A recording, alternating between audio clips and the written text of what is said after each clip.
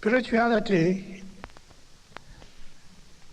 is a particular term which actually means dealing with intuition. In the theistic tradition, there is a notion of clinging into a word. A certain act is regarded as displeasing to divine principles. A certain act is regarded as pleasing for the divine whatever. In the tradition of non-theism, however, it is very direct that the case history are not particularly important. What is actually important is here and now. Here and now. Now is definitely now. We try to experience what is available there on the spot. There's no point in thinking that the past did exist that we could have now. This is now. This very moment. Nothing mystical, just now, very simple, straightforward. And from that nowness, however, arises a sense of intelligence, always, that you are constantly interacting with the reality one by one, spot by spot, constantly. We actually experience fantastic precision, always. But we are threatened by the now, so we jump to the past or the future. Paying attention to the materials that exist in our life, all these choices takes place all the time, but none of them are regarded as bad or good per se. Everything we experience are unconditional experience. They don't come along with a label by saying this is regarded as bad, or this is good. But we experience them, but we don't actually pay heed to them properly. We don't actually regard that as that we are going somewhere. We regard that as a hassle, waiting to be dead. Waiting to be dead. Waiting to be dead. Waiting to be dead.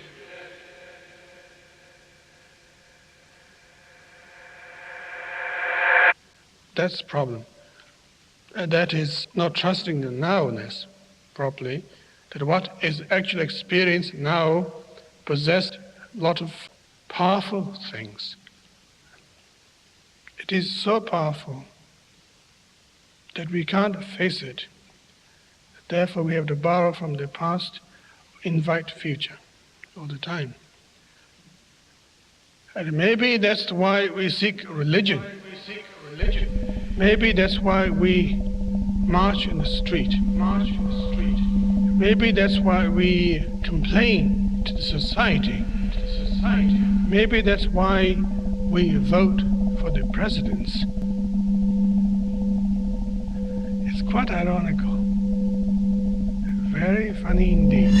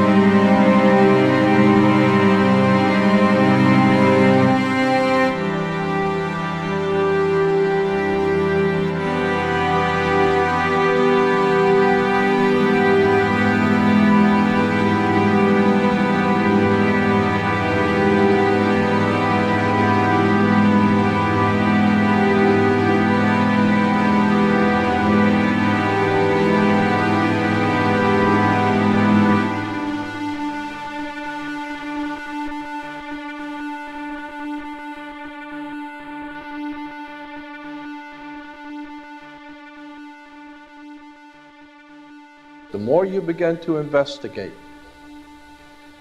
what we think we understand, where we came from, what we think we're doing, the more you begin to see we've been lied to. We've been lied to by every institution. What makes you think for 1 minute that the religious institution is the only one that's never been touched? The religious institutions of this world are at the bottom of the dirt. The religious institutions in this world are put there by the same people who gave you your government, your corrupt education, who set up your international banking cartels. We have been misled away from the true and divine presence in the universe that men have called God. I don't know what God is, but I know what he isn't.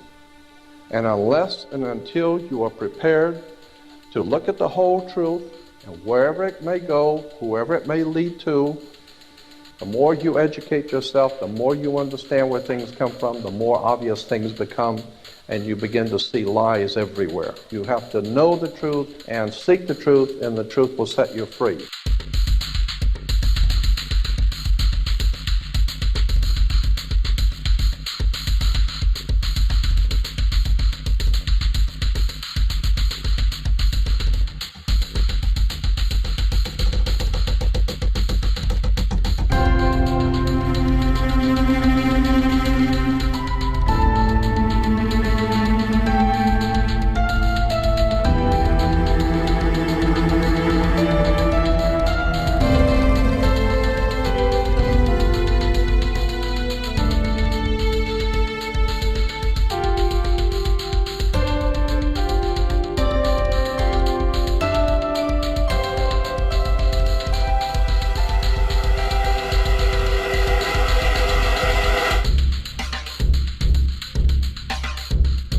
Because I got to tell you the truth, folks. I got to tell you the truth. When it comes to bullshit, big time, major league bullshit, you have to stand in awe of the all-time champion of false promises and exaggerated claims, religion. Think about it. Religion has actually convinced people that there's an invisible man living in the sky who watches everything you do every minute of every day. And the invisible man has a special list of 10 things he does not want you to do. And if you do any of these 10 things, he has a special place full of fire and smoke and burning and torture and anguish where he will send you to live and suffer and burn and choke and scream and cry forever and ever till the end of time. But he loves you. He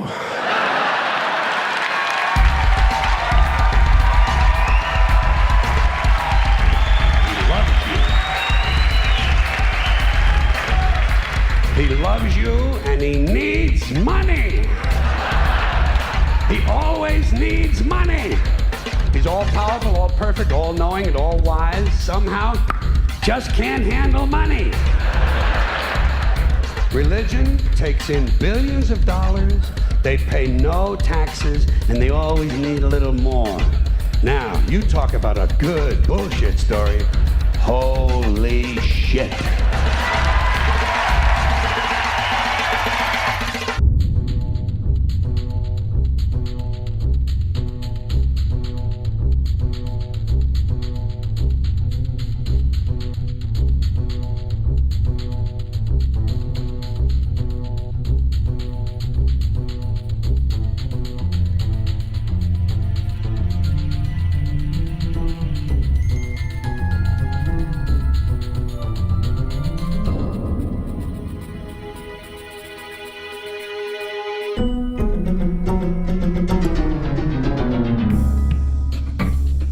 This is the sun.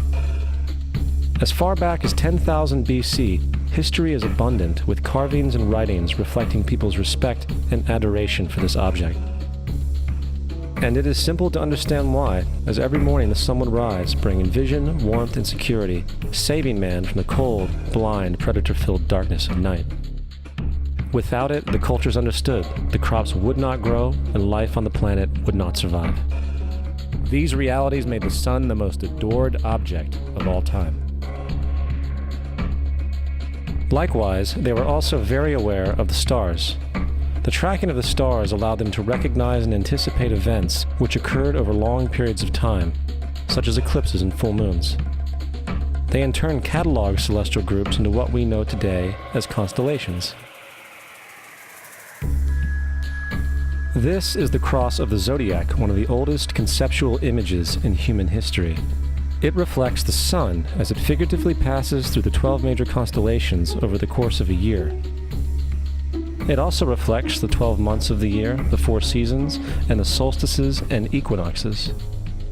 The term zodiac relates to the fact that constellations were anthropomorphized, or personified, as figures or animals. In other words, the early civilizations did not just follow the sun and stars, they personified them with elaborate myths involving their movements and relationships. The sun, with its life-giving and saving qualities, was personified as a representative of the unseen creator or God, God's Son, the light of the world, the savior of humankind. Likewise, the 12 constellations represented places of travel for God's Son, and were identified by names, usually representing elements of nature that happened during that period of time. For example, Aquarius, the water bearer, who brings the spring rains.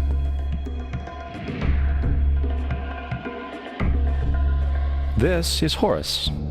He is the sun god of Egypt of around 3000 BC. He is the sun anthropomorphized, and his life is a series of allegorical myths involving the sun's movement in the sky.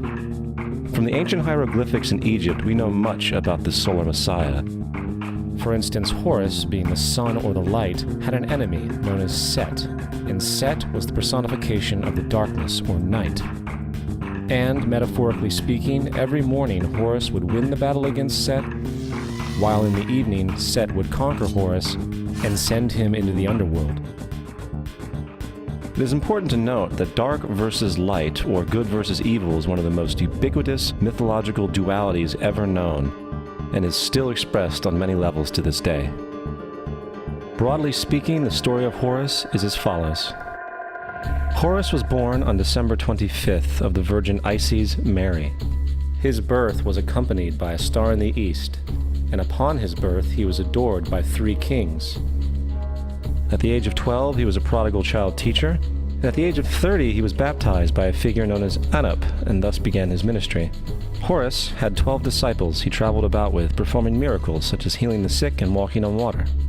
Horus was known by many gestural names such as the Truth, the Light, God's Anointed Son, the Good Shepherd, the Lamb of God, and many others. After being betrayed by Typhon, Horus was crucified, buried for 3 days, and thus resurrected. These attributes of Horus, whether original or not, seem to permeate many cultures of the world, for many other gods are found to have the same general mythological structure. Attis of Phrygia, born of the Virgin Nana on December 25th, crucified, placed in a tomb, and after 3 days was resurrected. Krishna of India, born of the Virgin Devaki, with a star in the east signaling his coming. He performed miracles with his disciples, and, upon his death, was resurrected. Dionysus of Greece, born of a virgin on December 25th, was a traveling teacher who performed miracles such as turning water into wine. He was referred to as the King of Kings, God's only begotten Son, the Alpha and Omega, and many others. And, upon his death, he was resurrected. Mithra of Persia, born of a virgin on December 25th, he had 12 disciples and performed miracles, and upon his death was buried for 3 days and thus resurrected. He was also referred to as the Truth, the Light, and many others. Interestingly, the sacred day of worship of Mithra was Sunday. The fact of the matter is, there are numerous saviors from different periods from all over the world which subscribe to these general characteristics. The question remains, why these attributes? Why the virgin birth on December 25th? Why dead for 3 days in the inevitable resurrection? Why 12 disciples or followers? To find out, let's examine the most recent of the solar messiahs. Jesus Christ was born of the Virgin Mary on December 25th in Bethlehem. His birth was announced by a star in the east, which 3 kings or magi followed to locate and adorn the new Savior. He was a child teacher at 12, and at the age of 30 he was baptized by John the Baptist, and thus began his ministry.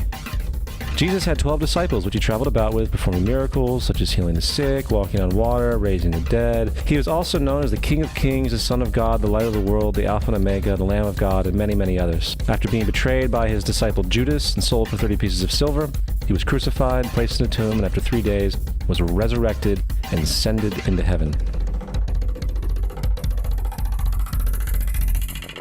First of all, the birth sequence is completely astrological. The star in the east is Sirius, the brightest star in the night sky, which, on December 24th, aligns with the 3 brightest stars in Orion's belt. These 3 bright stars in Orion's belt are called today what they were called in ancient times, the 3 kings. And the 3 kings and the brightest star, Sirius, all point to the place of the sunrise on December 25th. This is why the 3 kings follow the star in the east, in order to locate the sunrise, the birth of the sun.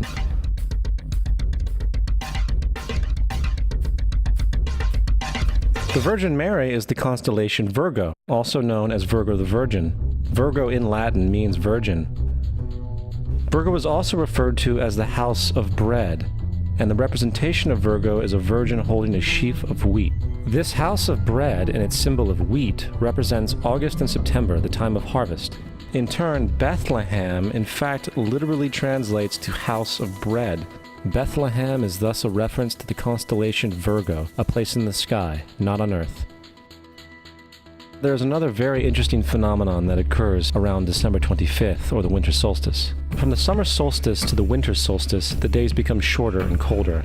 And from the perspective of the northern hemisphere, the sun appears to move south and get smaller and more scarce. The shortening of the days and the expiration of the crops when approaching the winter solstice symbolize the process of death to the ancients. It was the death of the sun. And by December 22nd, the sun's demise was fully realized, for the sun, having moved south continually for 6 months, makes it to its lowest point in the sky. Here a curious thing occurs. The sun stops moving south, at least perceivably, for 3 days. And during this 3-day pause, the sun resides in the vicinity of the Southern Cross, or Crux, constellation. And after this time, on December 25th, the sun moves 1 degree, this time north, foreshadowing longer days, warmth, and spring. And thus it was said, the sun died on the cross, was dead for 3 days, only to be resurrected or born again. This is why Jesus and numerous other sun gods share the crucifixion, 3-day death, and resurrection concept. It is the sun's transition period before it shifts its direction back into the northern hemisphere, bringing spring and thus salvation. However, they did not celebrate the resurrection of the sun until the spring equinox, or Easter. This is because at the spring equinox, the sun officially overpowers the evil darkness, as daytime thereafter becomes longer in duration than the night, and the revitalizing conditions of spring emerge. Now, probably the most obvious of all the astrological symbolism around Jesus regards the 12 disciples. They are simply the 12 constellations of the zodiac, which Jesus, being the sun, travels about with. In fact, the number 12 is replete throughout the Bible.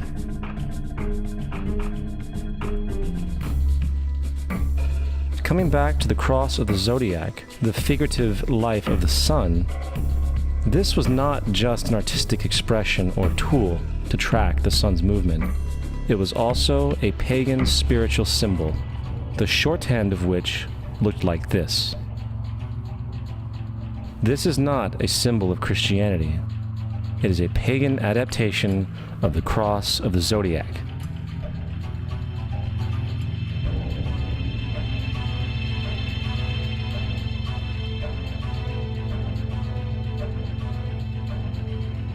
This is why Jesus in early occult art is always shown with his head on the cross, for Jesus is the Son of God, the light of the world.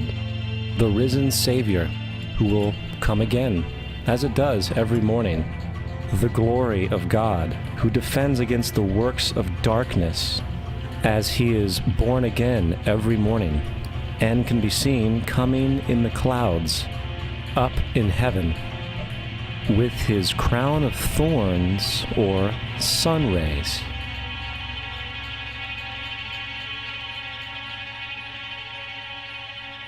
Now, of the many astronomical metaphors in the Bible, one of the most important has to do with the ages. Throughout the scriptures, there are numerous references to the age. In order to understand this, we need to be familiar with a phenomenon known as the precession of the equinoxes.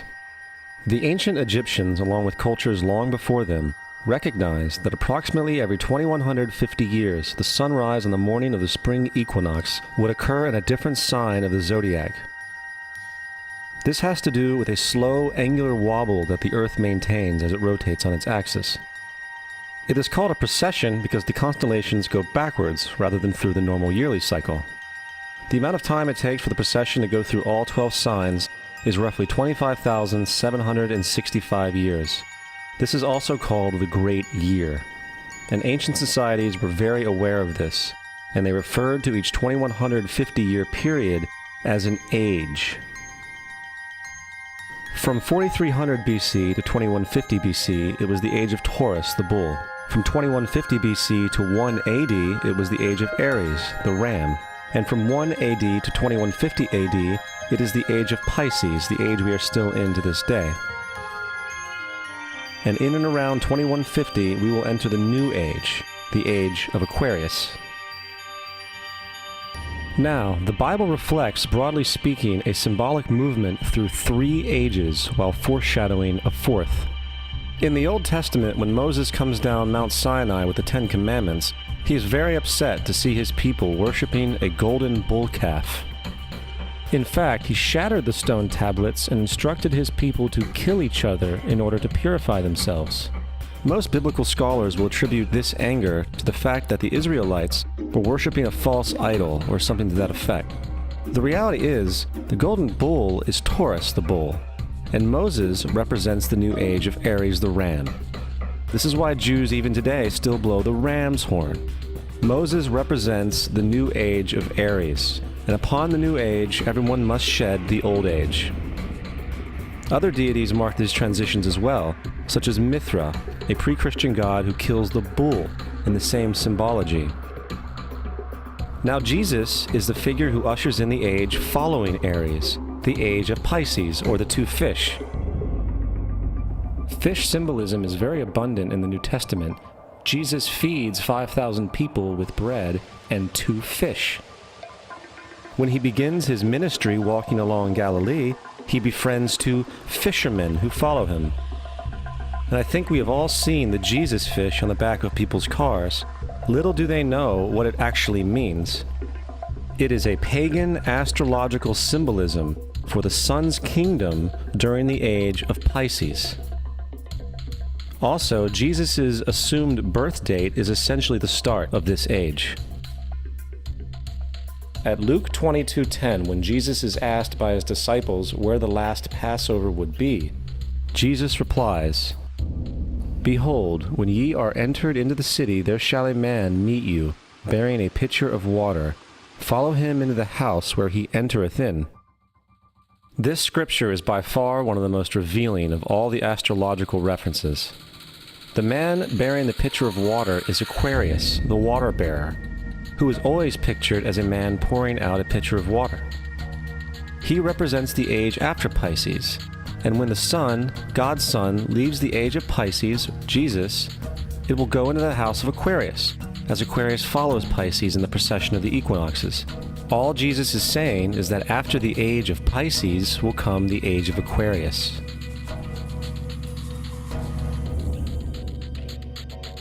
Now, we have all heard about the end times and the end of the world. The cartoonish depictions in the book of Revelation aside, the main source of this idea comes from Matthew 28:20, where Jesus says, "I will be with you even to the end of the world." However, in the King James Version, world is a mistranslation among many mistranslations. The actual word being used is eon, which means age. I will be with you even to the end of the age, which is true, as Jesus' solar Piscean personification will end when the sun enters the age of Aquarius. The entire concept of end times and the end of the world is a misinterpreted astrological allegory. Let's tell that to the approximately 100 million people in America who believe the end of the world is coming. Furthermore, the character of Jesus being a literary and astrological hybrid is most explicitly a plagiarization of the Egyptian sun god Horus. For example, inscribed about 3,500 years ago on the walls at the Temple of Luxor in Egypt are images of the Annunciation, the miracle conception, the birth, and the adoration of Horus. The images begin with Thoth announcing to the Virgin Isis that she will conceive Horus, then Neph, the Holy Ghost, impregnating the Virgin, and then the virgin birth and the adoration. This is exactly the story of Jesus' miracle conception. In fact, the literary similarities between the Egyptian religion and the Christian religion are staggering.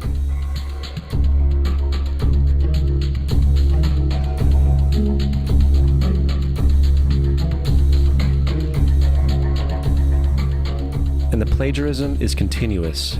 The story of Noah and Noah's Ark is taken directly from tradition. The concept of the Great Flood is ubiquitous throughout the ancient world, with over 200 cited claims in different periods and times. However, one need look no further for a pre-Christian source than the Epic of Gilgamesh, written in 2600 BC. This story talks of a great flood commanded by God, an ark with saved animals upon it, and even the release and return of a dove, all held in common with the biblical story among many other similarities. And then there is the plagiarized story of Moses. Upon Moses' birth, it is said that he was placed in a reed basket and set adrift in a river in order to avoid infanticide. He was later rescued by a daughter of royalty and raised by her as a prince. This baby in a basket story was lifted directly from the myth of Sargon of Akkad of around 2250 BC. Sargon was born, placed in a reed basket in order to avoid infanticide, and set adrift in a river. He was in turn rescued and raised by Aki, a royal midwife. Furthermore, Moses is known as the lawgiver, the giver of the Ten Commandments, the Mosaic Law. However, the idea of a law being passed from God to a prophet up on a mountain is also a very old motif. Moses is just another lawgiver in a long line of lawgivers in mythological history. In India, Manu was the great lawgiver. In Crete, Minos ascended Mount Dicta, where Zeus gave him the sacred laws, while in Egypt there was Meses, who carried stone tablets and upon them the laws of God were written. Manu, Minos, Meses, Moses. And as far as the Ten Commandments, they are taken outright from spell 125 in the Egyptian Book of the Dead. What the Book of the Dead phrased, "I have not stolen," became "Thou shalt not steal." "I have not killed," became "Thou shalt not kill." "I have not told lies," became "Thou shalt not bear false witness," and so forth. In fact, the Egyptian religion is likely the primary foundational basis for the Judeo-Christian theology. Baptism, afterlife, final judgment, virgin birth, death and resurrection, crucifixion, the Ark of the Covenant, circumcision, saviors, Holy Communion, Great Flood, Easter, Christmas, Passover, and many, many more are all attributes of Egyptian ideas long predating Christianity and Judaism. Justin Martyr, one of the first Christian historians and defenders, wrote, "When we say that he, Jesus Christ, our teacher, was produced without sexual union, was crucified and died and rose again and ascended into heaven, we propound nothing different from what you believe regarding those who you esteem sons of Jupiter." In a different writing, Justin Martyr said, "He was born of a virgin, accept this in common with what you believe of Perseus." It's obvious that Justin and other early Christians knew how similar Christianity was to the pagan religions. However, Justin had a solution. As far as he was concerned, the devil did it.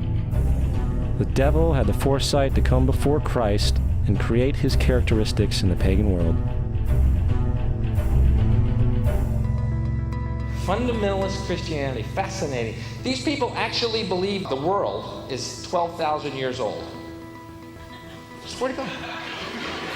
I actually asked one of these guys, okay, dinosaur fossils. He says, dinosaur fossils? God put those here to test our faith.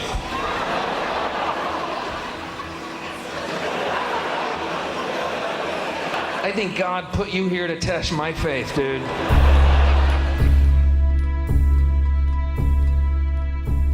The Bible is nothing more than an astrotheological literary hybrid, just like nearly all religious myths before it.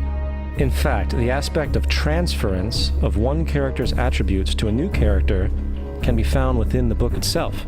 In the Old Testament, there is the story of Joseph. Joseph was a prototype for Jesus. Joseph was born of a miracle birth. Jesus was born of a miracle birth. Joseph was of 12 brothers. Jesus had 12 disciples. Joseph was sold for 20 pieces of silver. Jesus was sold for 30 pieces of silver. Brother Judah suggests the sale of Joseph. Disciple Judas suggests the sale of Jesus. Joseph began his work at the age of 30. Jesus began his work at the age of 30. The parallels go on and on. Furthermore, is there any non-biblical historical evidence of any person living with the name Jesus, the son of Mary, who traveled about with 12 followers, healing people and the like? There are numerous historians who lived in and around the Mediterranean, either during or soon after the assumed life of Jesus. How many of these historians document this figure? Not one. However, to be fair, that doesn't mean defenders of the historical Jesus haven't claimed the contrary. 4 historians are typically referenced to justify Jesus' existence. Pliny the Younger, Suetonius, and Tacitus are the first 3.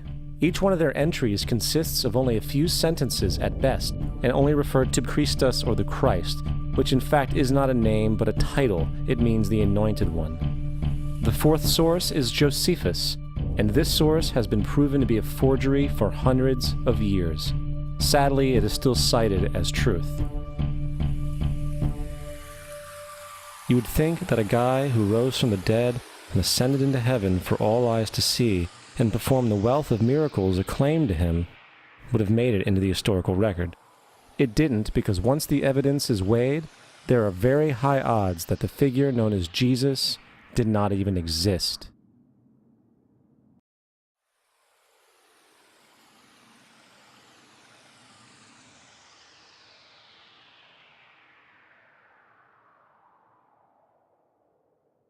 We don't want to be unkind, but we want to be factual. We don't want to cause hurt feelings, but we want to be academically correct in what we understand and know to be true. Christianity just is not based on truth. We find that Christianity was in fact nothing more than a Roman story, developed politically.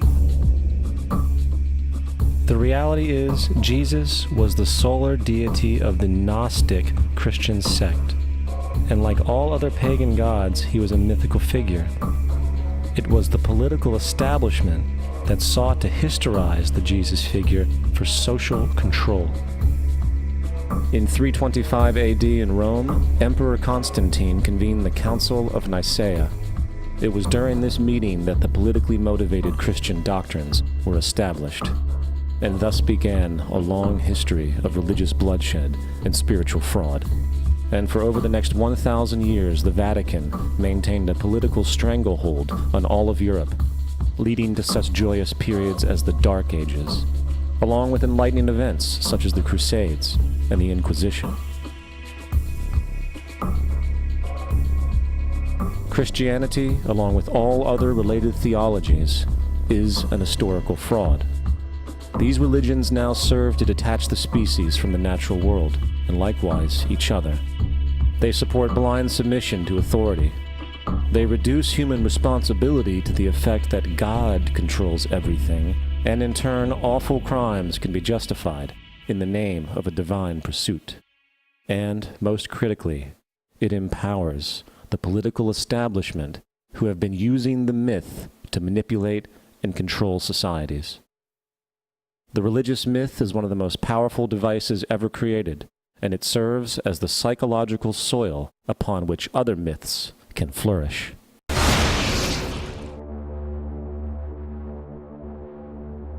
A myth is an idea that, while widely believed, is false. In a deeper sense, in the religious sense, a myth serves as an orienting and mobilizing story for a people. The focus is not on the story's relation to reality, but on its function. A story cannot function unless it is believed to be true in the community or the nation. It is not a matter of debate. If some people have the bad taste to raise the question of the truth of the sacred story, the keepers of the faith do not enter into debate with them. They ignore them or denounce them as blasphemers.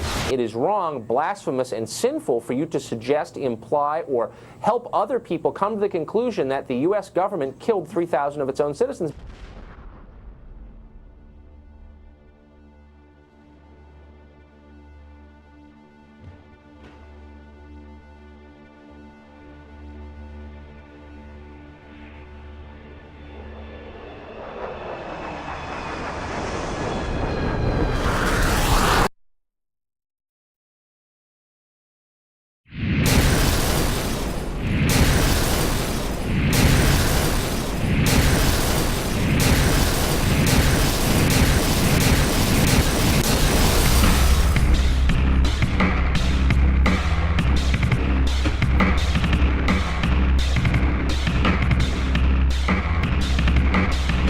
As if a demolition team set off when you see the old demolitions of these old buildings. It looks like one of those scenes of an old building being purposely dynamited and blown up. Anybody who's ever watched a building being demolished on purpose knows that if you're going to do this, you have to get at the under-infrastructure of a building and bring it down. The way the structure is collapsing, this was the result of something that was planned. It's not accidental that the first tower just happened to collapse and then the second tower just happened to collapse in exactly the same way. How they accomplished this, we don't know. The building collapsed to dust. You don't find a desk. You don't find a chair. You don't find a telephone, a computer. The biggest piece of a telephone I found was half of the keypad, and it was about this big.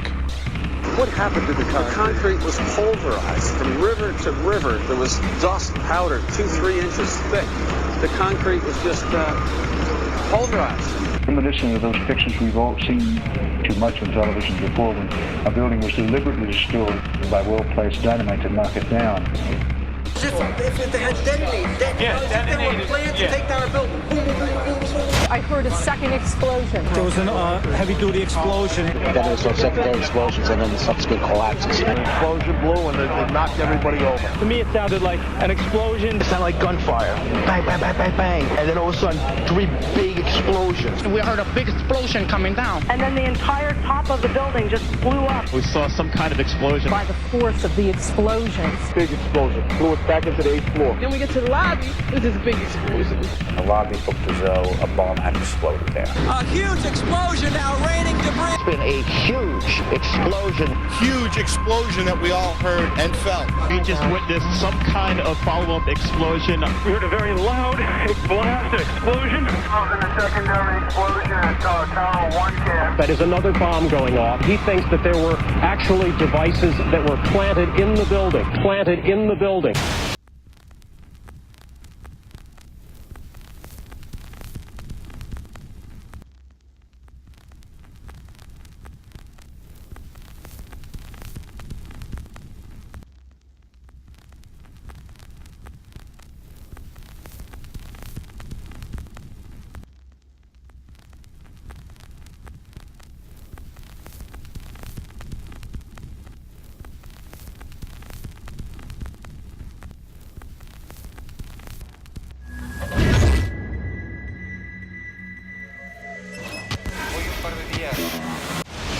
I don't think anybody could have predicted that they would try to use an airplane as a missile, a hijacked airplane as a missile. Nobody in our government, at least, and I don't think the prior government that could envision flying airplanes into buildings. No specific threat involving really a domestic operation or involving what happened, obviously, the city's airliner and so forth. There were no warning signs that I'm aware of. USA Today reports that in the 2 years before the attacks on September the 11th, NORAD conducted exercises using hijacked airliners as weapons. And one target was the World Trade Center.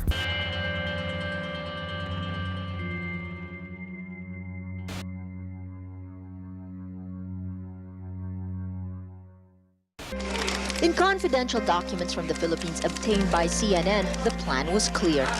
He will board any American commercial aircraft, control its cockpit, and dive it at the CIA headquarters. Other buildings targeted the Pentagon and the World Trade Center.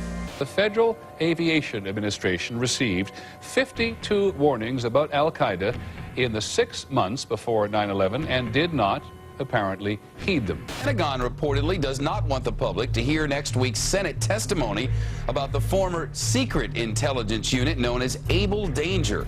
And it identified Mohammed Atta and 3 other 9/11 terrorists as members of an al-Qaeda cell in Brooklyn, New York, more than a year before the attacks. And we found 2 of the 3 cells which conducted the 9/11 attacks. Lieutenant Colonel Tony Schaefer, who was the first member of Able Danger to go public, has now been told in writing by the Defense Intelligence Agency that he can't speak to members of Congress or their staff without prior approval. This is an attempt to prevent the American people from knowing the facts about how we could have prevented 9/11, and people are covering it up today.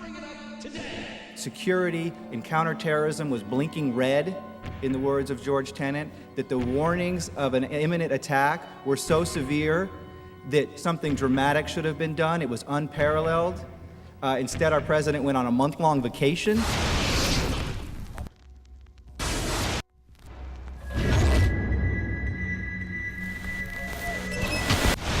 The head of Pakistani intelligence at the ISI, Mahmoud Ahmed, requested Omar Sheikh to wire $100,000 to Mohammed Atta, who was the lead hijacker. Hijacker Mohammed Atta received wire transfers via Pakistan. The man sending the money to Atta is believed to be Ahmed Umar Saeed Sheikh. Omar Sheikh admitted he was supported by the Pakistan government's intelligence service, the ISI.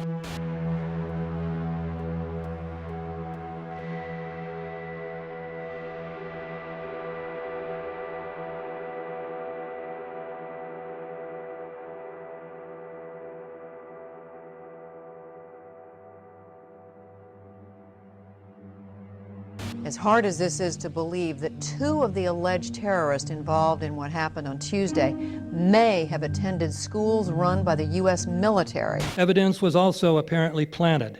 The passport of one of the hijackers on Flight 11 was allegedly found in the rubble. The hijacker's passport was found blocks from the World Trade Center crash site, if you can believe that. The 9/11 hijackers are alive and well. That's according to the chief of Japan's Democratic Party, who says 9/11 is a hoax. Several of these 19 men are still alive.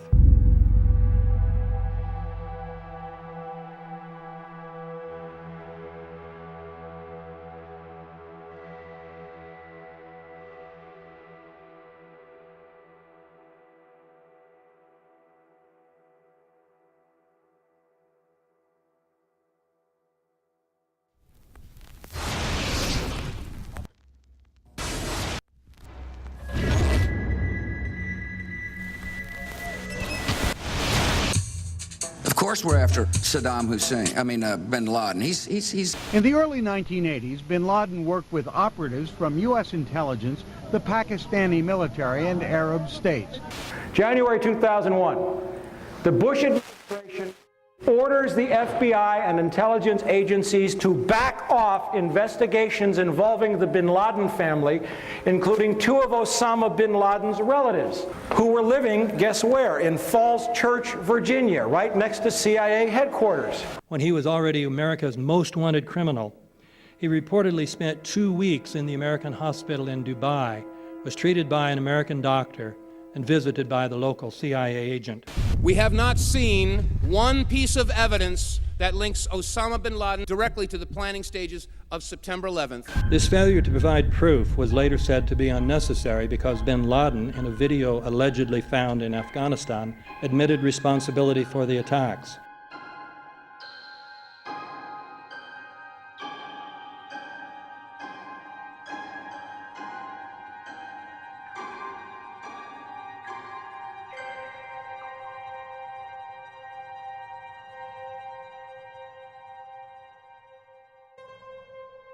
In 1976, Osama's older brother Salim bin Laden hired a man in Texas by the name of Jim Bath to handle all the investments in the United States for the bin Laden family. Jim Bath also happens to be a personal, almost lifelong friend and former Air National Guard pilot with George W. Bush. The connections between the Bushes and the bin Ladens become much more clear when George Herbert Walker Bush made trips to Saudi Arabia in 1998 and 2000 to meet with the bin Laden family on behalf of a company called the Carlyle Group.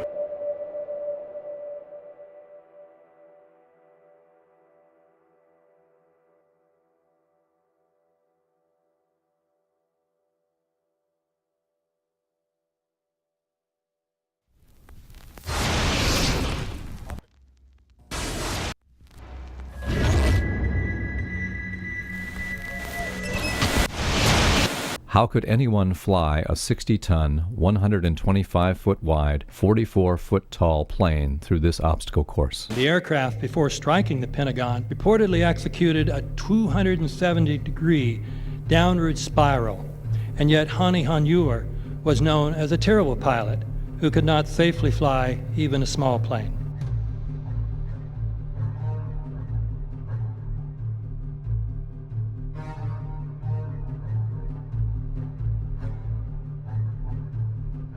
No seats, no luggage, no bodies. Nothing but bricks and limestone. The official explanation is that the intense heat from the jet fuel vaporized the entire plane. Flight 77 had 2 Rolls-Royce engines made of steel and titanium alloy and weigh 6 tons each. It is scientifically impossible, but 12 tons of steel and titanium was vaporized by jet fuel. We're also told that the bodies were able to be identified either by their fingerprints or by the DNA. So what kind of fire can vaporize aluminum and tempered steel and yet leave human bodies intact? From my close-up inspection, there's no evidence of a plane having crashed anywhere near the Pentagon. And as I said, the only pieces left that you can see are small enough that you could pick up in your hand. Shortly after the strike, government agents picked up debris and carried it off. The entire lawn was covered with dirt and gravel, so that any remaining forensic evidence was literally covered up.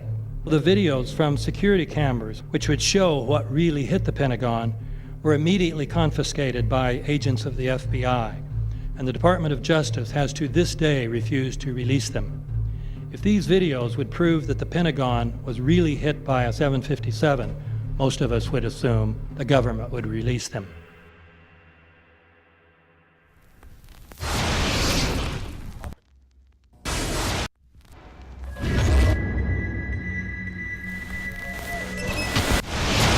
It looks like there's nothing there except for a hole in the ground. Basically, that's right. The only thing you could see from where we were was a big gouge in the earth and some broken trees. We could see some people walking around in the area, but from where we could see, there wasn't much left. Any large pieces of debris at all? No, there was nothing that you could distinguish that a plane had crashed there.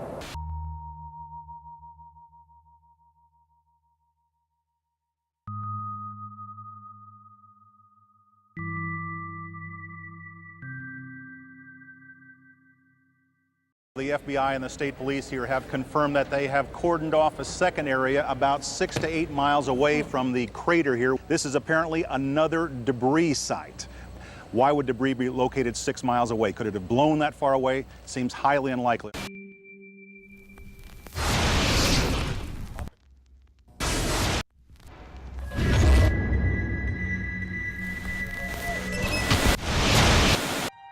Pancake theory.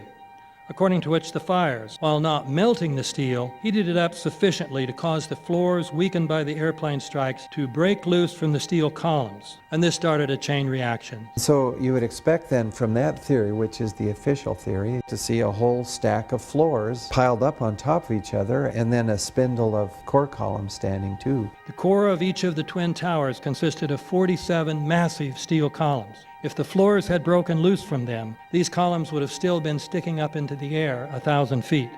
The plane did not cut all those core columns. We designed the buildings to take the impact of the Boeing 707 hitting the building at any location. The building probably could sustain multiple impacts of jetliners. That the plane flew straight into the building. Through him, right. So you're saying that the building was actually designed to cope with a hole like that and still survive? Yeah, it was. If you had dropped, say, a billiard ball from the top of the World Trade Center, 110 floors up there, it would have taken 8 to 10 seconds to hit the ground, encountering no resistance whatsoever. The Twin Towers came down in nearly free fall speed. 200,000 tons of steel shatters and explodes outwards over 500 feet. This means that floors shattered at an average rate of about 10 floors per second. There is no scenario for a pancake effect of buildings falling that allows them to fall at the rate of free fall. Now what can do that? What can move mass out of the way? Explosives.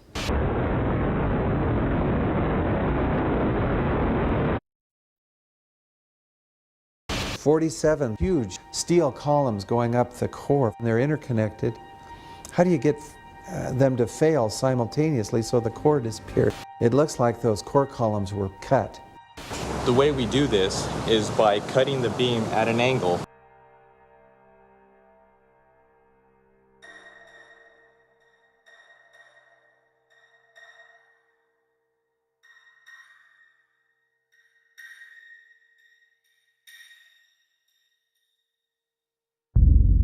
I started looking at the molten metal. All three buildings, both towers in the rubble, in the basement areas, and Building 7, there's these pools of molten metal.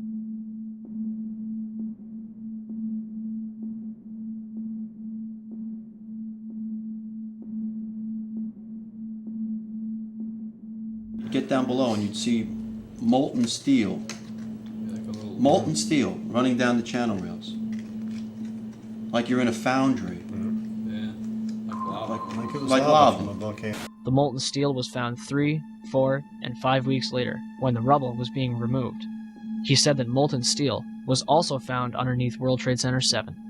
So I'm looking through the official reports. What do they say about the molten metal? They say nothing. Now, wait a minute. This is important evidence. So where'd that come from?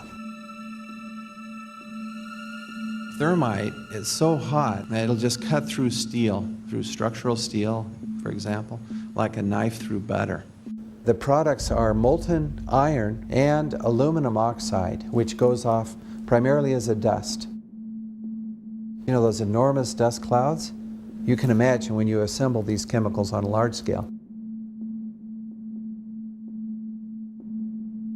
So, Professor Niels Harrit, you examined the rubble that came from the World Trade Center. What did you find in it? Well, in there we find remains of what we characterize as a thermitic material. And this is a very energetic material which can be used either for melting iron or it can be designed as an explosive. The evidence for controlled demolition is overwhelming. I've told you that the thermite reaction produced molten iron. Molten iron was in pools of molten iron in the rubble. And the point is that the thermite kept on reacting. This was a bitch's brew of thermite chemistry. Molten metal pools under both towers after they collapsed and Building 7. Now, Building 7 wasn't even hit by a jet. Part of the problem is that most people simply don't know much about Building 7 due to the extraordinary secrecy surrounding this collapse. And this was a 47-story skyscraper. This building fell at 5:25. It was not hit by a plane.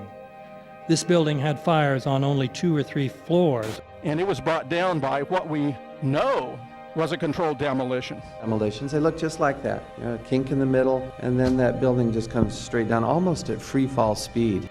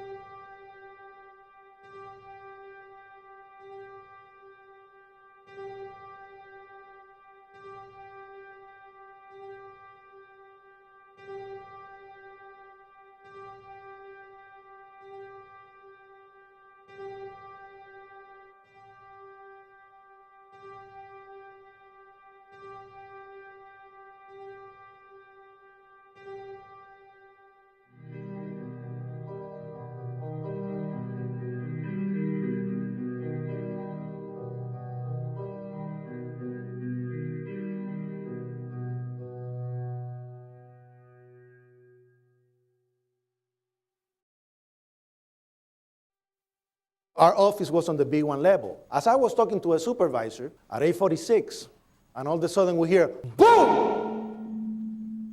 An explosion so hard that pushed us upwards. And it came from the basement between the B2 level and the B3 level. And when I went to verbalize, we hear, boom! The impact of the plane on the top. It would appear, Jim, as if there's more smoke coming from the ground. I was down in the basement, came down, all of a sudden the elevator blew up. And as we were coming out, we passed the lobby, there was no lobby. So I believe the bomb hit the lobby first, and a couple of seconds then the first plane hit. As I'm walking by the main freight corridor building in the corridor, that's when I got blown. I mean, the impact of the explosion threw me to the floor, and that's when everything started happening. All of a sudden, a big impact happened again. And all the ceiling tile was falling down, the light fixtures were falling. You know, you got to go clear across the whole from 1 to 2 World Trade Center. And then all of a sudden it happened all over again. Something else hit us to the floor. Right in the basement, you felt it. Walls were caving in, everything that was going on. I mean, I know of people that got killed in the basement. I know of people that got broken legs in the basement. People that got reconstructive surgery because the walls hit them in the face.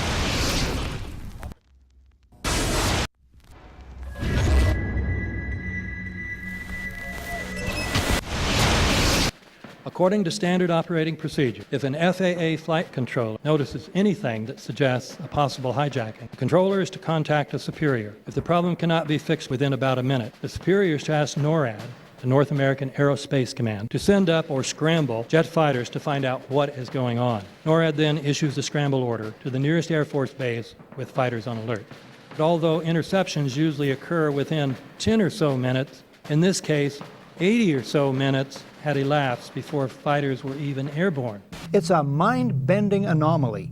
Not a single U.S. Air Force interceptor turns a wheel until it's too late. There are no jets at all. What if they were so confused and had been so deliberately confused that they couldn't respond? The reason that they didn't know where to go was because a number of conflicting and overlapping war game exercises were taking place. It involved the insertion of false radar blips onto radar screens in the Northeast Air Defense Sector. Center Team U, we have a problem here. We have a hijacked aircraft headed towards New York. We need someone to scramble some F-16s or something up there to help us out. Is this real world or exercise? Is this real world or exercise? There was another exercise, Vigilant Warrior, which was in fact, according to a NORAD source, a live-fly hijack drill being conducted at the same time. With only 8 available fighter aircraft, and they have to be dispatched in pairs, they were dealing with as many as 22 possible hijacks on the day of 9/11, and they couldn't separate the war game exercises from the actual hijacks.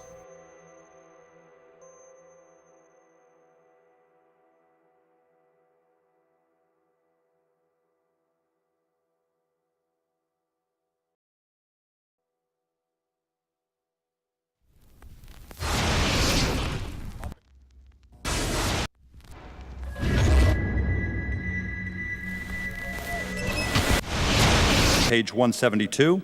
The U.S. government has not been able to determine the origin of the money used for the 9/11 attacks. Ultimately, the question is of little practical significance. The American authorities have not managed to trace the source of the funding. And then the most amazingly disingenuous statement ultimately is it of little consequence. It is of massive consequence. Doesn't it matter who paid for 9/11? The collapse of Building 7 has been recognized as especially difficult to explain. The 9/11 Commission report implicitly admitted that it could not explain the collapse of this building by not even mentioning it. President, why are you and the Vice President insisting on appearing together before the 9/11 Commission? Because the 9/11 Commission wants to ask us questions. That's why we're meeting, and I look forward to meeting with them and answering their questions. Why you're appearing together rather than separately, which was their request? Because it's a good chance for both of us to answer questions that the 9/11 Commission is looking forward to asking us, and I'm looking forward to answering them. Let's see. Do you think they should be able to stand up and speak their own words? They should go under oath. They should be, yeah. In public.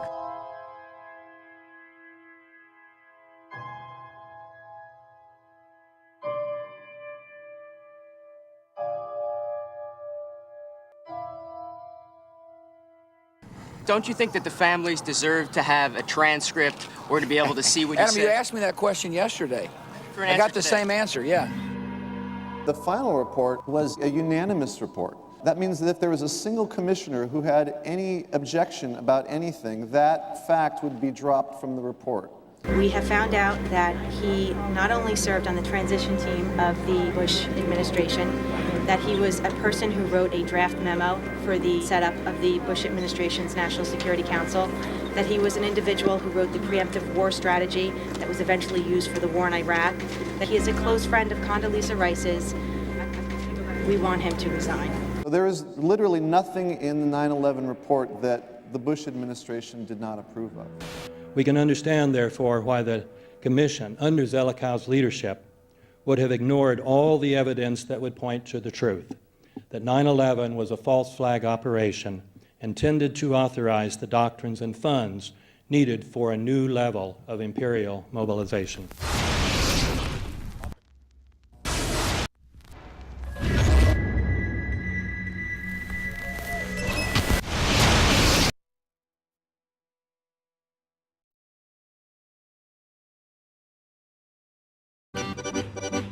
Armed with knives, armed with chemical, biological, nuclear weapons. Fanatics, terrorists, September 11th. September 11th, killers, September 11th, terrorists. Terrorists of Al-Qaeda, terrorists, nuclear weapons, terrorists. 9/11, terror, terrorist, evil. September 11th, September 11th. The terrorists, war and danger. September 11th, terrorism, global terrorism, terrorism, terrorists. Terrorists, terrorists, terrorists, terrorists, the terror. Terrorists, terrorist, terrorism. September 11th, global terrorism, terrorists. Terrorism. September 11th, world terrorism, terrorism. September 11th, global terrorism. September the 11th, terror. Weapons of mass destruction. September the 11th, terrorists. The evil terrorists, no. Terrorism. The words are hypnotically repeated. Terrorism, terrorist, terrorist threat, and of course, believed to be linked to Al-Qaeda. But it's the so-called war on terrorism that's in our faces practically 24/7 as the inescapable focus of our existence. One day, our grandchildren will look back on this time and ask, how was the war on terror won? The entire U.S. ruling class, ruling elite, comes to see terrorism as the preferred means, indeed the only means, to provide social cohesion, to provide an enemy image for the society to keep it together. According to neocon theory from Carl Schmitt, you have to have an enemy image in order to have a society. It's a very dangerous thing because now it means that the entire social order, the political parties, intellectual life, politics in general, all based on a monstrous myth.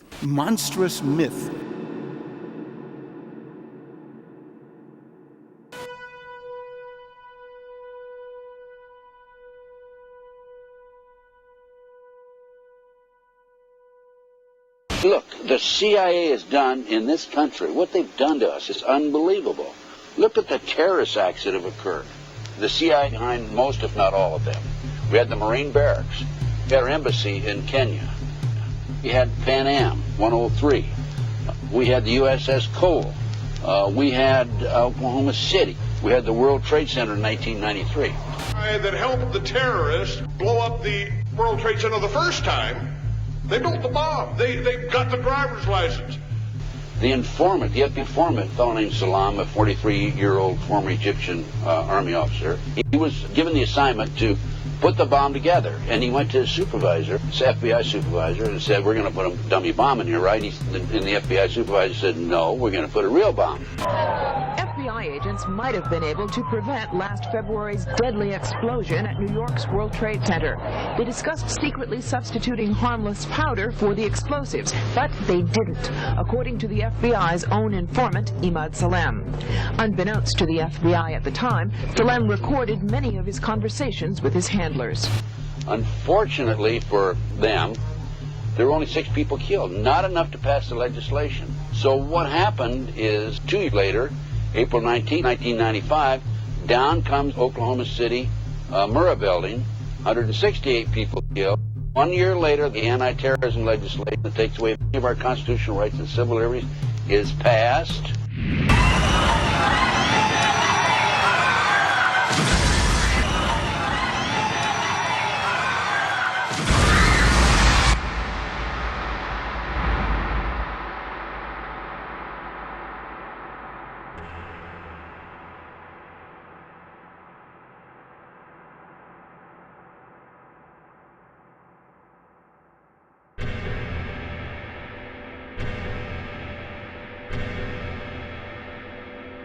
because at 9:30 this morning we were actually running an exercise for over a company of 1,000 people in London based on simultaneous bombs going off precisely at the railway stations that happened this morning.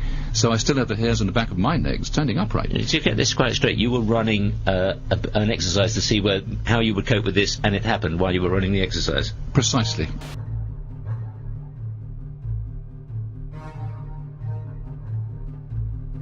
Supposed to believe is some kind of coincidence, there was also an anti-terrorist drill going on 7/7.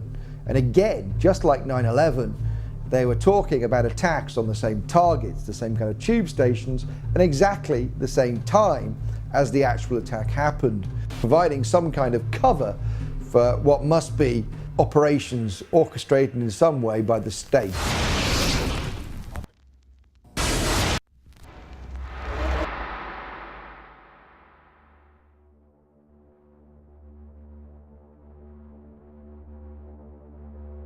I am absolutely appalled at how much people in this country do not think. We are given to understand that a guy out there up in the mountains financed the most elaborate attack on this country. Do you think some people in a cave were able to have NORAD stand down? Do you think that people in a cave were able to have all of this happen?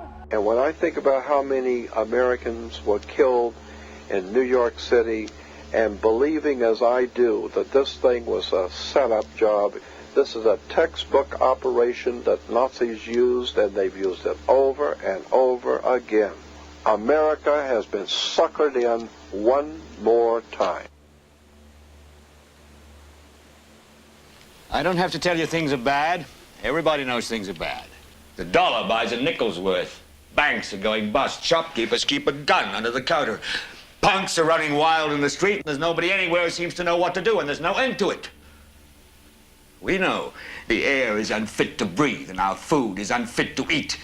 We sit watching our TVs while some local newscaster tells us that today we had 15 homicides and 63 violent crimes, as if that's the way it's supposed to be. We know things are bad, worse than bad. They're crazy. It's like everything everywhere is going crazy, so we don't go out anymore. We sit in the house, and slowly the world we're living in is getting smaller, and all we say is, please, at least leave us alone in our living rooms. Let me have my toaster and my TV and my steel-belted radios, and I won't say anything. Just leave us alone. Well, I'm not going to leave you alone. I want you to get mad.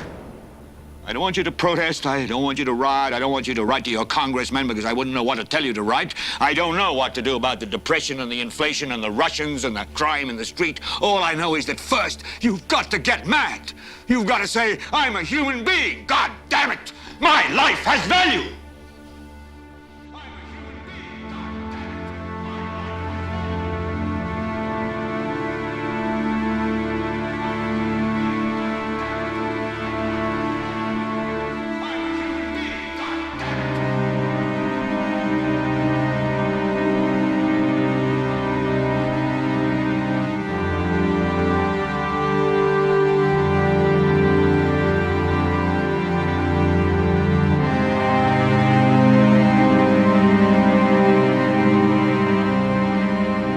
Smoke, 105, 2 power.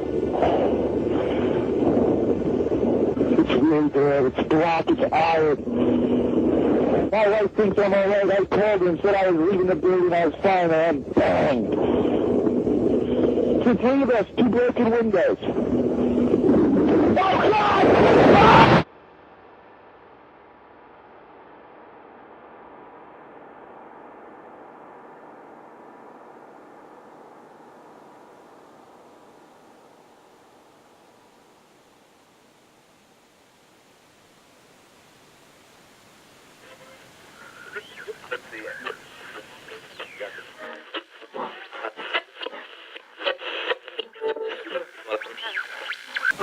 When hostilities commenced in Europe in 1939, it was realized that the American people had no intention of entering the war.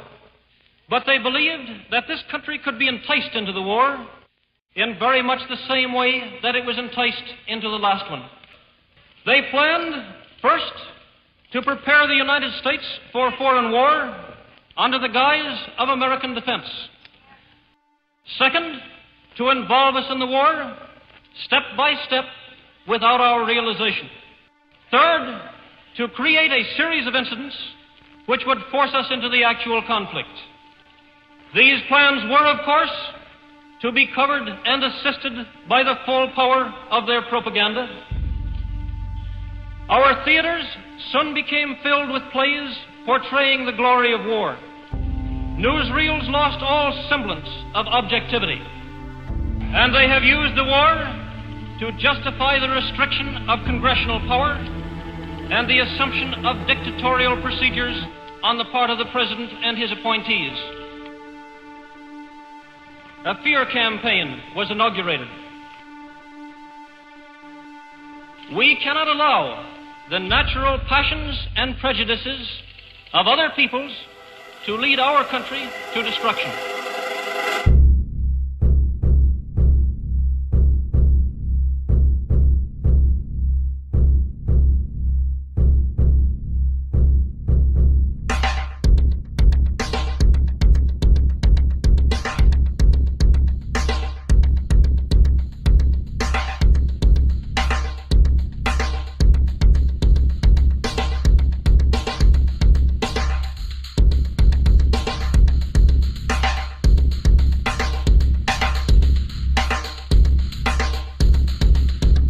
(1775).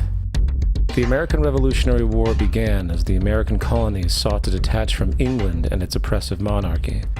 Though many reasons are cited for the revolution, one in particular sticks out as a prime cause: that King George III of England outlawed the interest-free, independent currency the colonies were producing themselves, in turn forcing them to borrow money from the Central Bank of England, immediately creating economic hardship and despair. In the words of Peter Cooper, former vice president of the New York Board of Currency, after Franklin had explained to the British government as the real cause of prosperity, they immediately passed laws forbidding the payment of taxes in that money. This produced such great inconvenience and misery to the people that it was the principal cause of the Revolution. In 1783, America won its independence from England. However, its battle against the central bank concept and the corrupt, power-hungry mentality associated with it had just begun. So what is a central bank? A central bank is an institution that issues and regulates the currency of an entire nation. Based on historical precedent, the typical powers inherent in central banking practice include the control of interest rates and the expansion and contraction of the money supply itself. Now, the central bank does not simply issue money to the government, it loans it to them with interest. Then, through the mechanisms of increasing and decreasing the supply of money, the central bank essentially regulates the value of the currency issued. It is critical to understand that the entire structure of this system could only produce one thing in the long run: debt. It doesn't take a lot of ingenuity to figure this scam out. For every single dollar produced by both the central bank and its regulated commercial banks is loaned at interest. That means every dollar produced is actually the dollar plus a certain percentage of debt based on that dollar. And since the banking system has the monopoly of the production of the currency, and they loan each dollar out with an immediate debt attached to it, where does the money to pay for the debt come from? It can only come from the banks again, which means the banking system has to perpetually increase its money supply to temporarily cover the outstanding debt created, which, in turn, since that new money is loaned out at interest as well, creates even more debt. The end result of this system is essentially slavery, for it is technically impossible for the government and thus the public to ever come out of the self-generating debt.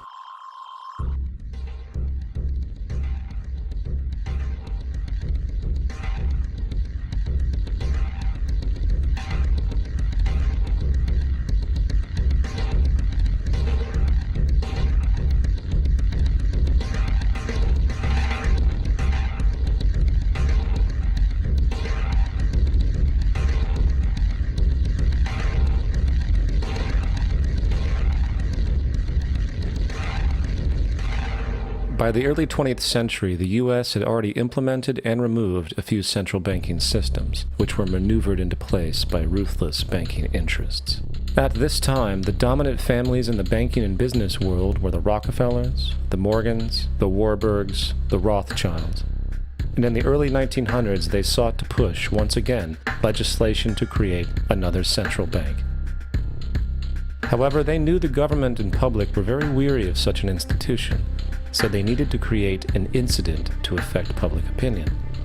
So J.P. Morgan, publicly considered a financial luminary at the time, exploited his mass influence by reportedly creating rumors that prominent banks in New York were insolvent or bankrupt.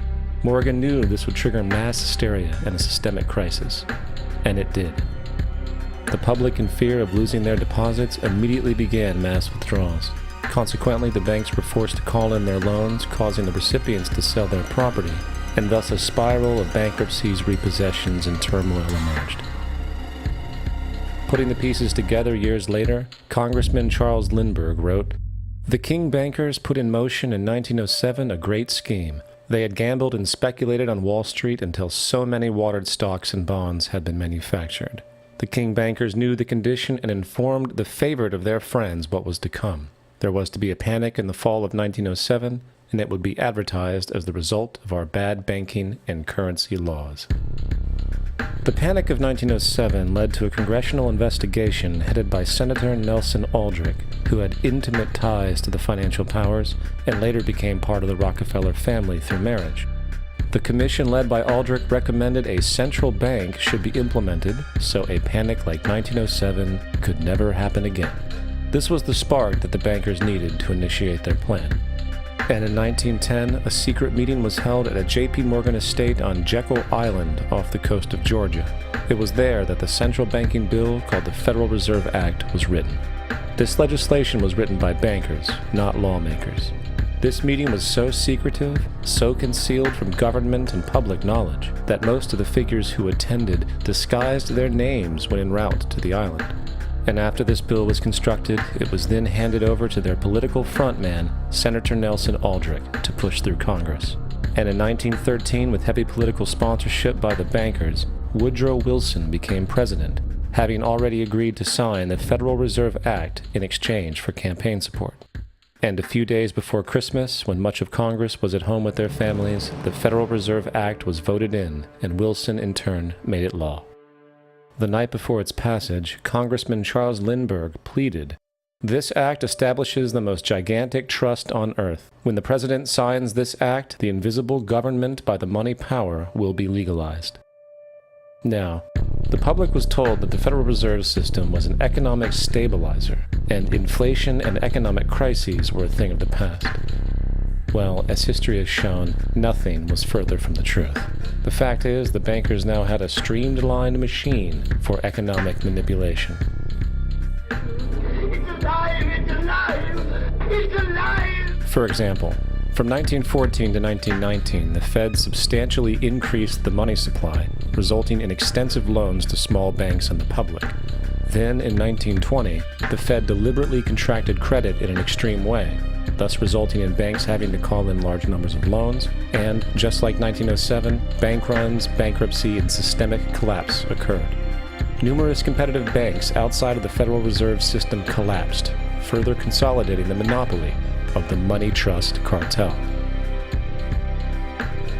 Privy to this scheme, Congressman Lindbergh pronounced, "Under the Federal Reserve Act, panics are scientifically created. The present panic is the first scientifically created one, worked out as we figure a mathematical equation." However, the Panic of 1920 was just a warm-up. From 1921 to 1929, the Fed again increased the money supply, resulting once again in extensive loans to the public and banks. There was also a fairly new type of loan in the stock market, the broker call loan. Very simply, this loan allowed an investor to put down only a fraction of the stock's value, with the rest being loaned from the broker. This method was very popular in the roaring 1920s, as everyone seemed to be making money in the market. However, there was a catch to this loan. It could be called in at any time and had to be paid within 24 hours, and the typical result was the selling of the stock purchased with that loan. So, a few months before October in 1929, J.D. Rockefeller, Bernard Baruch, and many other insiders quietly exited the market, knowing the bubble created was about to burst. Then, on October 24, 1929, the financiers who furnished the call loans started calling them in masse. This sparked an instantaneous massive sell-off in the already inflated market, as sell orders and margin calls were systemically triggered. That then led to mass bank runs, eventually collapsing thousands of banks, enabling the large banks to buy up the now failed banks at a discount.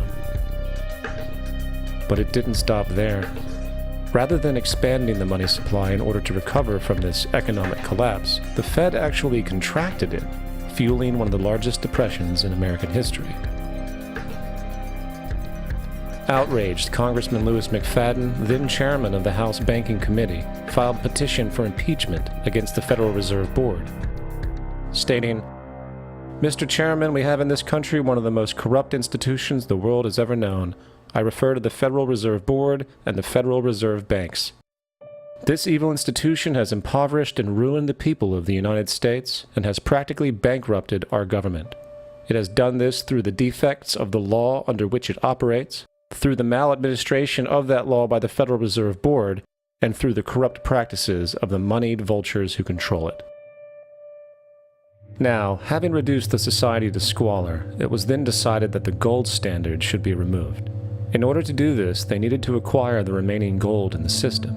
So, under the pretense of helping to end the Depression, came the 1933 gold seizure. Under the threat of imprisonment for 10 years, everyone in America was required to turn in all gold bullion to the Treasury, essentially robbing the public of what little wealth they had left. And at the end of 1933, the gold standard was abolished. If you look at a dollar bill before 1933, it says it is redeemable in gold. If you look at the dollar bill today, it says it is legal tender, which means it is backed by absolutely nothing. The only thing that gives our money value is the public faith and how much of it is in circulation. Therefore, the power to regulate the money supply is also the power to regulate its value, which is also the power to manipulate and control entire economies.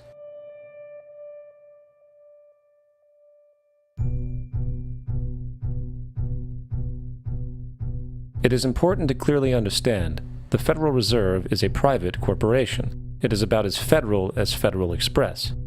It makes its own policies and is under little regulation by the U.S. government. It is a private bank that loans all the currency at interest to the government, completely consistent with the central banking model that the country sought to escape from when it declared independence in the American Revolutionary War. Now, going back to 1913, the Federal Reserve Act was not the only bill pushed through Congress for the vested financial interests. They also pushed its partner, the federal income tax. First of all, the federal income tax is completely unconstitutional, as it is a direct, unapportioned tax, and the required number of states needed in order to ratify the amendment to allow the income tax was never legally met, and this has even been cited in modern court cases.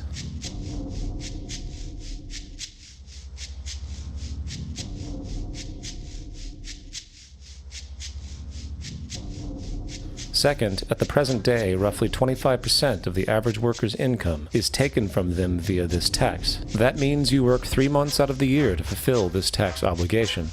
And where does that money go?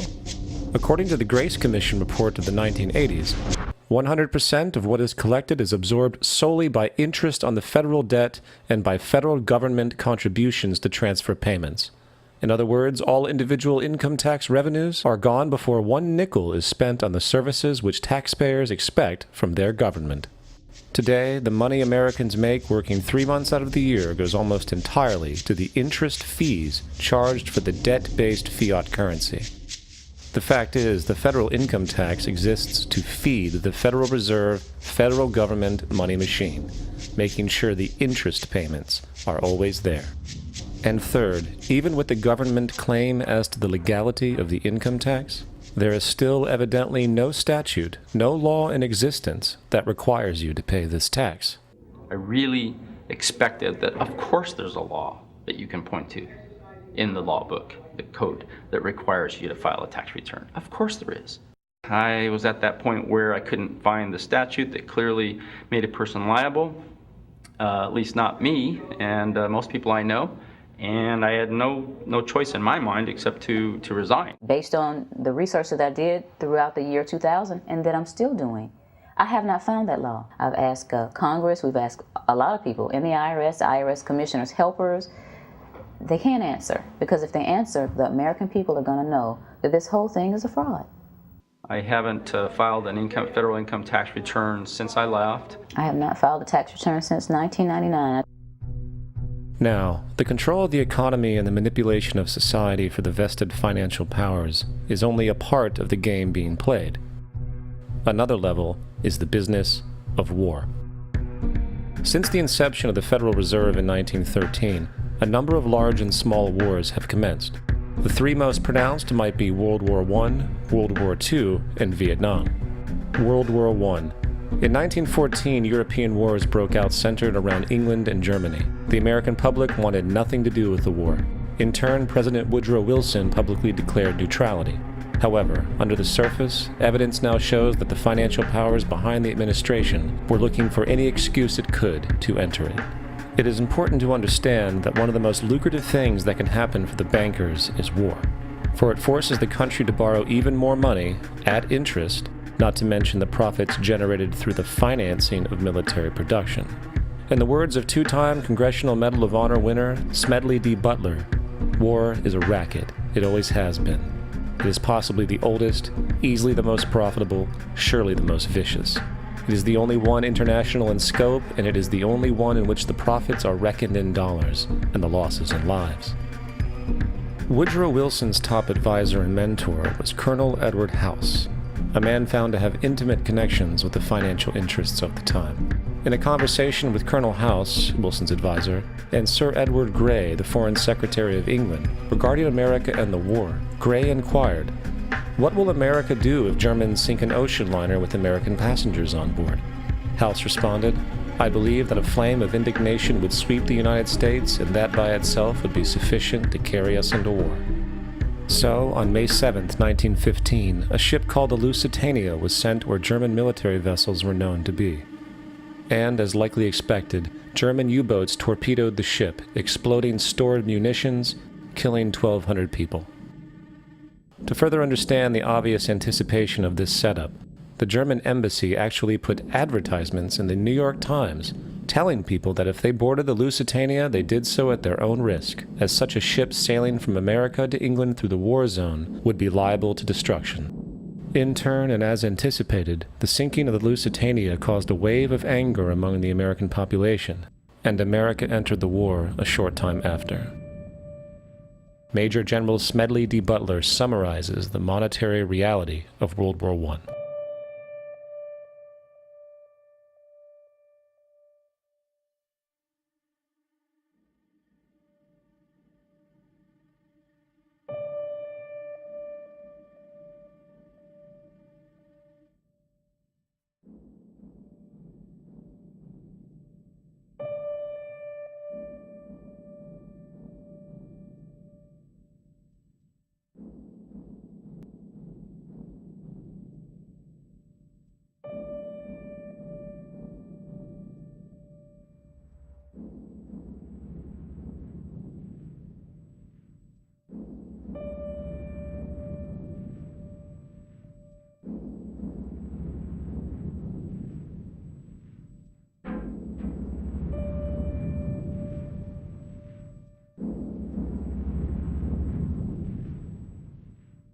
World War II.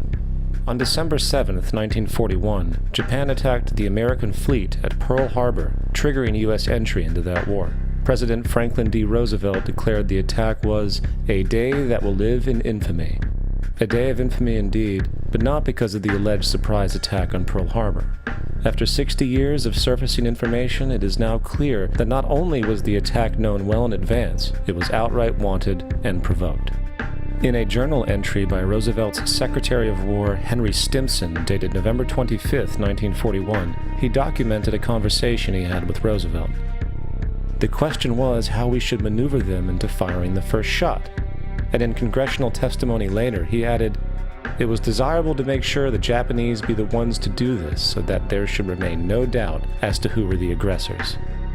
In the months leading up to the attack on Pearl Harbor, Roosevelt had done almost everything in his power to anger the Japanese, showing a posture of aggression. He halted all of Japan's imports of American petroleum. He froze all Japanese assets in the United States. He made public loans to nationalist China and supplied military aid to the British, both enemies of Japan in the war, which, by the way, was in complete violation of international war rules. And, with numerous Japanese codes broken in advance, revealing the plan to attack, on December 7, 1941, Japan was allowed to attack Pearl Harbor, killing 2,400 soldiers. Before Pearl Harbor, 83% of the American public wanted nothing to do with the war. After Pearl Harbor, 1 million men volunteered. It is important to note, Nazi Germany's war effort was largely supported by two organizations, one of which was called IG Farben. IG Farben produced 84% of Germany's explosives. One of the unspoken partners of IG Farben was J.D. Rockefeller's Standard Oil Company in America. In fact, the German Air Force could not operate without a special additive patented by Rockefeller's Standard Oil. The drastic bombing of London by Nazi Germany, for example, was made possible by a $20 million sale of fuel to IG Farben by the Rockefellers' Standard Oil Company. This is just one small point on the topic of how American business funded both sides of World War II. One other treasonous organization worth mentioning is the Union Banking Corporation of New York City. Not only did they finance numerous aspects of Hitler's rise to power, along with actual materials during the war, it was also a Nazi money laundering bank, which was eventually exposed for having millions of dollars of Nazi money in its vaults. The Union Banking Corporation of New York was eventually seized for violations of the Trading with the Enemy Act. Guess who the director and vice president of the Union Bank was? Prescott Bush, the father and grandfather of former U.S. Presidents George W. Bush and George H.W. Bush. Vietnam.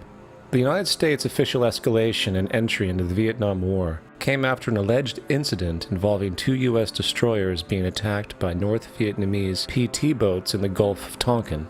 This is known as the Gulf of Tonkin Incident. This situation was the catalytic pretext for massive troop deployment and full-fledged warfare. One problem, however, the attack on the U.S. destroyers by Vietnamese PT boats never happened. Former Secretary of Defense Robert McNamara stated years later that the Gulf of Tonkin incident was a mistake, while classified documents released years later show that it was a farce, manipulated for the purposes of war. And once in the war, it was business as usual. In October 1966, President Lyndon Johnson lifted trade restrictions on the Soviet bloc, knowing full well that the Soviets were providing upwards of 80% of North Vietnam's war supplies. Consequently, the Rockefeller interests financed factories in the Soviet Union, which the Soviets used to manufacture military equipment and send to North Vietnam. However, the funding of both sides in this conflict was only one side of the coin. In 1985, Vietnam's rules of engagement were declassified. This detailed what American troops were and were not allowed to do in the war. It included such absurdities as North Vietnamese anti-aircraft missile systems could not be bombed until they were known to be operational. No enemy could be pursued once they crossed the border of Laos or Cambodia. And most revealing of all, the most critical strategic targets were not allowed to be attacked unless initiated via high military officials. Apart from these illogical limitations, North Vietnam was informed of these restrictions and therefore could base entire strategies around the limitations of the American forces. This is why the war went on for so long. And the bottom line is this: the Vietnam War was never meant to be won, just sustained. This war for profit and resources resulted in 58,000 American deaths and 3 million dead Vietnamese. So, where are we now? September 11th was the jumpstart for a hegemonic agenda, enabling the possibility of constant global warfare. It was a staged war pretext, no different than the sinking of the Lusitania, the provoking of Pearl Harbor, and the Gulf of Tonkin lie.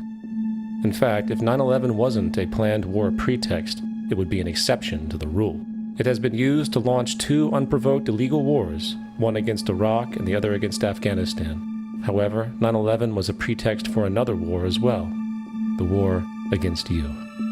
The Patriot Act, Homeland Security, the Military Tribunals Act, and other legislations are all completely designed to destroy your civil liberties and protect those in power. Currently in the United States, unannounced to most Americans, your home can be searched without a warrant, without you being home. You can in turn be detained indefinitely with no charges revealed to you, no access to a lawyer, and legally tortured, all under the suspicion that you might be a terrorist. If you need a painted picture of what is happening, let's recognize how history repeats itself. In February 1933, Hitler staged the false flag attack, burning down his own German parliament building, the Reichstag, blaming it on communist terrorists. Within the next few weeks, he passed the Enabling Act, which completely eradicated the German Constitution, destroying people's liberties. He then led a series of preemptive wars, all justified as necessary to maintaining homeland security.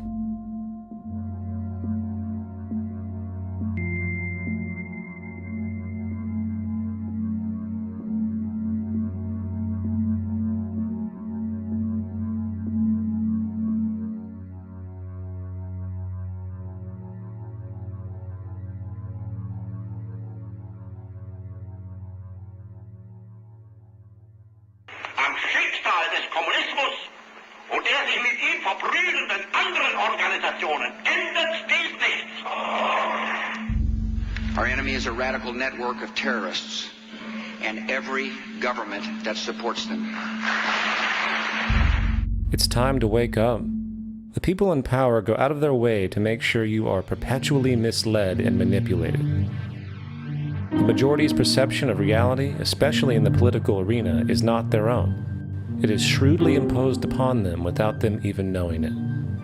For example, the public at large now believes the invasions of Iraq and the Middle East, along with the resulting instability, are the consequences of political and military mistakes. What the public fails to see, of course, is that the destabilization of the Middle East is exactly what the Western interests want. This war is to be sustained so the region can be divided up, domination of the oil maintained, continual profits reaped for defense contractors, and most obviously, permanent military bases established to be used as launching pads against other oil-bearing, non-conforming countries, such as Iran. For further implication that the civil war and destabilization is purely intentional, in 2005, 2 elite British SAS officers were arrested by Iraqi police after being caught driving around in their car, shooting at civilians while dressed up as Arabs. After being arrested and taken to a jail in Basra, the British Army immediately demanded release of these men. When the Basra government refused, British tanks came in and physically broke out the men from the Basra prison. If you wish to destroy an area, how do you do it? Well, there are 2 ways. You can go in there and bomb it and so forth, but that is not very efficient. What you do is you try to get the people in that area to kill each other and to destroy their own territory, their own farms. And that's what's been done in that area. The way in which you destroy an opponent is get him to destroy himself by dividing his ranks against one another. Then you feed both sides. You have agents feeding both sides, inflaming both sides, and they kill each other off. And it's time that some of us woke up to this reality, to understand that people who try to maintain empires and create empires do it by manipulating the people they're trying to conquer. You might want to ask yourself why the entire culture is utterly saturated with mass media entertainment from all sides. While the educational system in America continues its stupefying downward slide since the U.S. government decided to take over and subsidize the public school system. What your government pays for, it gets. When we understand that, then we look at government-financed institutions of education and see the kind of students and the kind of education that's being turned out by these government-financed schools. Logic will tell you that if what is being turned out in those schools was not in accord with what the state and the federal government wanted, then it would change it. The bottom line is that the government is getting what they have ordered. They do not want your children to be educated. They do not want you to think too much. That is why our country and our world has become so proliferated with entertainments, mass media, television shows, amusement parks, drugs, alcohol, and every kind of entertainment to keep the human mind entertained, so that you don't get in the way of important people by doing too much thinking. You had better wake up and understand that there are people who are guiding your life and you don't even know it. We're in a lot of trouble because you people and 62 million other Americans are listening to me right now, because less than 3% of you people read books, because less than 15% of you read newspapers, because the only truth you know is what you get over this tube. Right now, there is an entire generation that never knew anything that didn't come out of this tube. This tube is the gospel, the ultimate revelation. This tube can make or break presidents, popes, prime ministers. This tube is the most awesome goddamn force in the whole godless world. And woe is us if it ever falls into the hands of the wrong people. And when the largest company in the world controls the most awesome goddamn propaganda force in the whole godless world, who knows what shit will be peddled for truth on this network. So you listen to me. Listen to me. Television is not the truth. Television is a goddamn amusement park. Television is a circus, a carnival, a traveling troupe of acrobats, storytellers, dancers, singers, jugglers, sideshow freaks, lion tamers, and football players. We're in the boredom-killing business. But you people sit there day after day, night after night, all ages, colors, creeds. We're all you know. You're beginning to believe the illusions we're spinning here. You're beginning to think that the tube is reality and that your own lives are unreal. You do whatever the tube tells you. You dress like the tube. You eat like the tube. You raise your children like the tube. You even think like the tube. This is mass madness, you maniacs. In God's name, you people are the real thing. We are the illusion. The last thing the power establishment wants is a conscious, informed public capable of critical thinking. This is why a continually fraudulent zeitgeist is output via religion, the mass media, and the educational system. It is in their interest to keep you in a distracted, naive bubble, and they are doing a damn good job of it. This is Aaron Russo, a filmmaker and former politician. To his left is Nicholas Rockefeller of the Council on Foreign Relations. After maintaining a close friendship with Nicholas, Aaron eventually ended the relationship, appalled by what he had learned. I got a call one day from an attorney woman I knew, and she said, "Would you like to meet one of the Rockefellers?" I said, "Sure, I'd love to." And we became friends, and he began to divulge a lot of things to me. So he said to me one night, he said that there's going to be an event there, and out of that event, you're going to see we're going to go into Afghanistan, so we can run pipelines from the Caspian Sea. We're going to go into Iraq to take the oil and establish a base in the Middle East, and we're going to go into Venezuela and try and get rid of Chavez. And the first two they've accomplished. Chavez they didn't accomplish. And he said you're going to see guys going into caves looking for people that they're never going to find. You know, he was laughing about the fact that you have this war on terror. There's no real enemy. He's talking about how by having this war on terror, you can never win it because it's an eternal war. And so you can always keep taking people's liberties away. And I said, how are you going to convince people that this war is real? He said, but the media can convince everybody it's real. I mean, you know, it's just that you keep talking about things. You keep saying it over and over and over again, and eventually people believe it. You know, you created the Federal Reserve in 1913 through lies. You create 9/11, which is another lie. Through 9/11, then you're fighting a war on terror, and now all of a sudden you go into Iraq, which was another lie, and now they're going to do Iran. You know, and it's all one thing leading to another, leading to another, leading to another. Now, I would say, what are you doing this for? What's the point of this thing? You have all the money in the world you ever want. You have all the power. I said, you know, you're hurting people. It's not a good thing. And he would say, what do you care about the people for? Take care of yourself and you take care of your family. And then I said to him, what are the ultimate goals here? So the ultimate goal is to get everybody in this world chipped with the RFID chip, and have all money be on those chips and everything on those chips. And if anybody wants to protest what we do or violate what we want, we just turn off that chip. So how far will the sickness of power go? To what lengths will those in control go in order to maintain and preserve their positions? We have a Florida family who are really pioneers in a brave new world. They have volunteered to be the first ever to have microchip identification devices implanted into their body. After 9/11, I was really concerned with the security of my family. I wouldn't mind having something planted permanently in my arm that would identify me. George Orwell, in his famed and possibly prophetic work 1984, stated, "Power is not a means, it is an end. The object of persecution is persecution. The object of torture is torture. The object of power is power." Today, symptoms of a surveillance society continue to grow, as irrational fears of invisible enemies, coupled with rising economic instability, spread across the globe. It is under this guise of security that we can foreshadow a world where everyone is tracked, everyone is on camera, and everyone is subordinated. The most incredible aspect of all, such totalitarianism would likely not be forced upon the people, rather the people will demand it.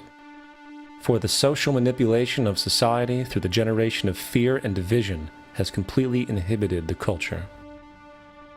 Religion, patriotism, race, wealth, class, and every other form of arbitrary separatist identification and thus conceit has served to create a controlled population, utterly malleable in the hands of the few.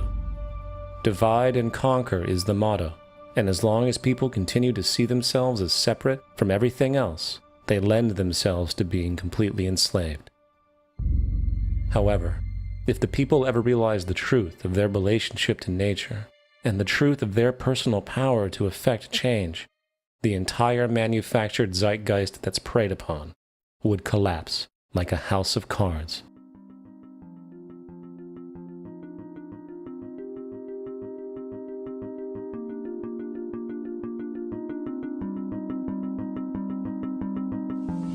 The whole system that we live in drills into us that we're powerless, that we're weak, that our society is evil, that it's crime-ridden, etc., and so forth. It's all a big, fat lie. We are powerful, beautiful, extraordinary.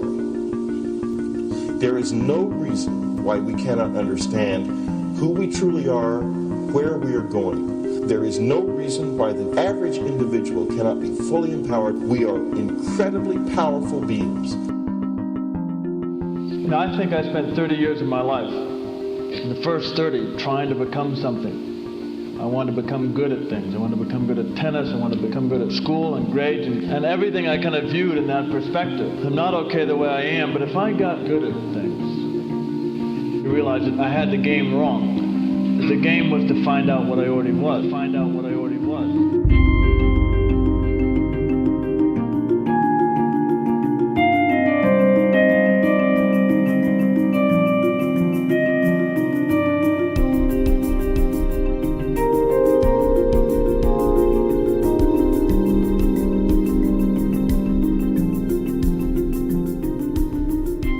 Now, in our culture, we've been trained for individual differences to stand out.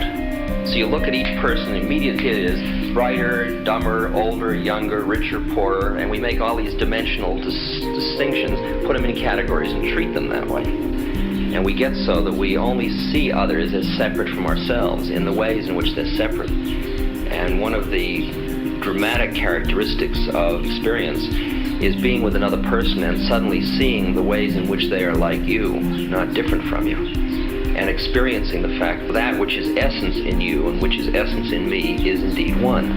The understanding that there is no other. It is all one. And I wasn't born Richard Albert, I was just born as a human being, and then I learned this whole business of who I am and whether I'm good or bad or achieving or not. All that's learned along the way.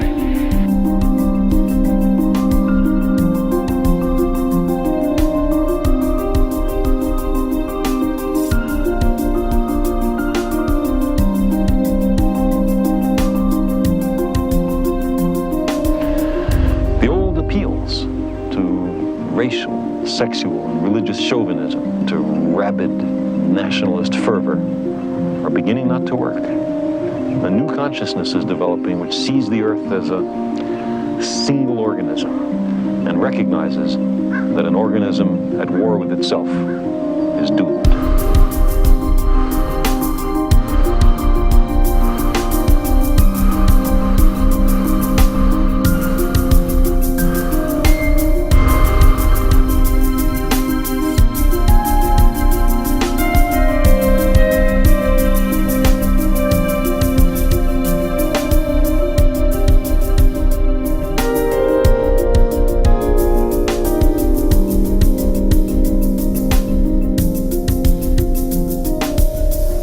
Bill Hicks used to finish his shows with this. Life's like a ride in an amusement park. And when you go on it, you think it's real, because that's how powerful our minds are. And the ride goes up and down and round and round. It has thrills and chills, and it's very brightly colored. And it's very loud, and it's fun for a while. Some have been on the ride for a long time, and they begin to question, is this real, or is this just a ride? And other people have remembered, and they come back to us and they say, hey, don't worry. Don't be afraid ever, because this is just a ride. And we kill those people. Shut him up. I've got a lot invested in this ride. Shut him up. Look at my furrows of worry. Look at my big bank account and my family. This has to be real. It's just a ride. But we'll kill those good guys who try and tell us that. You ever notice that? And let the demons run amok? But it doesn't matter, because it's just a ride, and we can change it anytime we want. It's only a choice. No effort, no work, no job, no savings of money. Just a choice right now between fear and love.